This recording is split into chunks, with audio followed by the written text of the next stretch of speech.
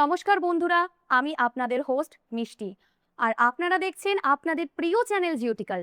ভাবুন তো, যেই পাকিস্তান সারা বিশ্বের সামনে নিজেদের সুইজারল্যান্ড প্রমাণ করতে চেয়েছিল, শান্তির দূত হতে চেয়েছিল, তারা এখন নিজেদের পাতা ফাঁদেই কিভাবে পা দিল? ইউএস আর ইরানের হাই লেভেল পিস টক্স পুরোপুরি ফেল হয়ে গেছে। আর এর মাঝখানে সব থেকে বেশি ফেঁসে গেছে পাকিস্তান। তারা ভেবেছিল ডলার কমাবে, কিন্তু এখন তাদের ১৩,০০০ সেনা আর ফাইটার জেট সৌদি আরবে আটকা পড়েছে। এর ফলে কি এবার হরমুজ প্রণালী ব্লক হতে চলেছে, নাকি আমেরিকা সোজা ইরানের মাটিতে গ্রাউন্ড অপারেশন করবে? এর সব থেকে বড় কথা, আমাদের দেশ ইরানের ওপর এর কি প্রভাব পড়বে, চলুন ডিপ রিসার্চের মাধ্যমে সবটা জলের মতো পরিষ্কার করে বুঝি। ভিডিওটা শেষ পর্যন্ত দেখবেন, কারণ শেষে ভারতের জন্য একটা বড় অ্যালার্ট রয়েছে। চ্যানেলটা সাবস্ক্রাইব না করে থাকলে এক্ষুনি সাবস্ক্রাইব করে দিন। বন্ধুরা, গত কয়েকদিন ধরে পাকিস্তানের ইসলামাবাদে আমেরিকার ভাইস প্রেসিডেন্ট জেডি ভান্স এবং ইরানের ফরেন মিনিস্টারদের মধ্যে টানা ২১ ঘন্টা ধরে ম্যারাথন মিটিং চলছিল। ১৯৭৯ সালের পর এই প্রথম এত বড় হাই লেভেল মিটিং হলো, যেখানে আমেরিকার ভাইস প্রেসিডেন্ট সরাসরি ইরানের প্রতিনিধি দলের সাথে বসেছিলেন। পাকিস্তানের প্রধানমন্ত্রী শাহবাজ শরীফ আর আসিম মুনির ভেবেছিলেন তারা এই মিটিং করিয়ে বিশাল নাম করবেন, কিন্তু বাস্তবে মিটিং পুরোপুরি ভেস্তে গেছে। আমেরিকার দাবি ছিল ইরানকে তাদের নিউক্লিয়ার এনরিচমেন্ট জিরো করতে হবে, অর্থাৎ পরমাণু অস্ত্র বানানোর রাস্তা পুরোপুরি বন্ধ করতে হবে। কিন্তু ইরান সাফ জানিয়ে দিয়েছে যে এটা তারা মানবে না। তাদের যুক্তি হলো, যেখানে তাদের শত্রু ইসরায়েলের কাছে নিউক্লিয়ার বোমা আছে, সেখানে তারা কেন জিরো এনরিচমেন্ট করবে? বিদ্যুৎ আর চিকিৎসার জন্য 4 থেকে 5% এনরিচমেন্ট তারা করবেই। এছাড়াও দুই পক্ষের কাছেই নিজেদের দাবি দেওয়া অনেক বেশি ছিল। এবার আসি আসল পয়েন্টে, কিভাবে পাকিস্তানের প্ল্যান ব্যাকফায়ার করলো। পাকিস্তান এই মিটিং এর জন্য মিলিয়ন মিলিয়ন ডলার খরচ করে তাদের রাস্তাঘাট সাজিয়েছিল, বিলবোর্ড লাগিয়েছিল, এমনকি নিরাপত্তার জন্য দুদিনের ছুটিও দিয়ে দিয়েছিল পুরো ইসলামাবাদে। তারা ভেবেছিল এই মিটিং সাকসেসফুল হলে আমেরিকা আর সৌদি আরবের থেকে তারা কড়াকড়ি টাকা পাবে। এই লোভেই পাকিস্তান সৌদি আরবে তাদের ১৩,০০০ সৈন্য আর ফাইটার জেট ডিপ্লয় করেছিল। তারা ভেবেছিল যুদ্ধ তো আর হবে না, শুধু সৈন্য দেখিয়েই পিস ডিলের মাধ্যমে টাকা ইনকাম করা যাবে। কিন্তু এখন তো পুরো উল্টো পুরাণ। যেহেতু পিস টক্স ফেল হয়েছে, তাই এখন পাকিস্তানের সেই সৈন্যদের হয়তো সত্যি সত্যি হুথিদের বিরুদ্ধে লড়াই করতে হতে পারে।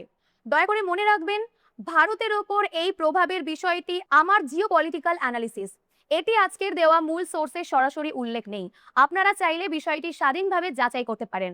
পাকিস্তান যদি নিজেদের সৈন্যদের নিয়ে মিডল ইস্টের যুদ্ধে জড়িয়ে পড়ে, তবে ভারতের জন্য তা একদিক থেকে সুবিধাজনক, কারণ পাকিস্তানের ফোকাস এবং ডিফেন্স বাজেট ভারতের বর্ডার থেকে সরে গিয়ে সেখানে ব্যয় হবে। তবে পুরো রিজিয়নে অস্থিরতা ভারতের নিরাপত্তার জন্যও পরোক্ষভাবে চিন্তার বিষয় হতে পারে। আমেরিকার অভ্যন্তরীণ রাজনীতি এবং জেডি ভান্স ড্রামার সব থেকে অবাক করা ব্যাপার হলো আমেরিকার ইন্টারনাল পলিটিক্স। ডোনাল্ড ট্রাম্প এই মিটিংয়ে জেডি ভান্সকে পাঠিয়েছিলেন তাকে বলির পাঠা বানানোর জন্য। ট্রাম্প প্রশাসনের প্ল্যান ছিল যদি ইরানকে কোনো ছাড় দিতে হয়, তবে তার পুরো দোষ ভান্সের ঘাড়ে চাপিয়ে দেওয়া হবে, যাতে বলা যায় ট্রাম্প তো যুদ্ধ জিতেই গেছিল, ভান্স ডিল খারাপ করে দিল। এর ফলে ভ্যান্সের প্রেসিডেন্সিয়াল ক্যাম্পেইন নষ্ট হতো এবং মার্কো রুবিওর সুবিধা হতো। কিন্তু জেডি ভ্যান্স খুব স্মার্ট গেম খেলেছেন।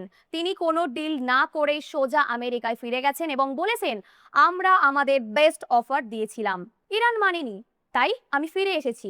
মজার ব্যাপার হলো, এই জেডি ভ্যান্স, যিনি আমেরিকার অ্যাডমিনিস্ট্রেশনের সব থেকে অ্যান্টি ওয়ার বা যুদ্ধ বিরোধী বলে পরিচিত ছিলেন, তিনিও এখন বলছেন যে এই যুদ্ধ না থামানোই দরকার। নেক্সট কি, হরমুজ ব্লক নাকি গ্রাউন্ড অপারেশন? তাহলে এবার প্রশ্ন হলো, এর পর কি হবে? ডোনাল্ড ট্রাম্প হিন্ট দিচ্ছেন যে তারা ইরানের জন্য স্ট্রেট অফ হরমুজ ব্লক করে দেবেন। কিন্তু বন্ধুরা, মুখে বলা যতটা সহজ, কাজে করে দেখানো ততটাই কঠিন। যখন যুদ্ধ চলছিল তখন আমেরিকান জাহাজগুলো ড্রোন অ্যাটাকের ভয়ে হরমুজ প্রণালী থেকে শত শত মাইল দূরে লুকিয়েছিল। এখন যেহেতু সাময়িক সিজ ফায়ার বা যুদ্ধবিরতি চলছে, তাই তারা সেখানে ফ্রিডম অফ নেভিগেশন দেখাচ্ছে ঠিকই, কিন্তু বাস্তবে যুদ্ধের সময় এটা ব্লক করা আমেরিকার জন্য অনেক কঠিন কাজ। আর গ্রাউন্ড অপারেশন, আমেরিকা কখনোই ইরানের মাটিতে সৈন্য নামাবে না, কারণ গ্রাউন্ড অপারেশন মানেই প্রচুর আমেরিকান সেনার মৃত্যু, যার পলিটিক্যাল দাম আজকের দিনে আমেরিকার কোনো প্রেসিডেন্ট দিতে রাজি নন, কারণ আমেরিকার সাধারণ মানুষ এই যুদ্ধের পক্ষে নয়। ভারতের ইকোনমিতে এর সরাসরি প্রভাব এবং কনক্লুশন ভিডিও শুরুতে আমি যেমন বলেছিলাম, ভারতের জন্য একটা বড় অ্যালার্ট রয়েছে।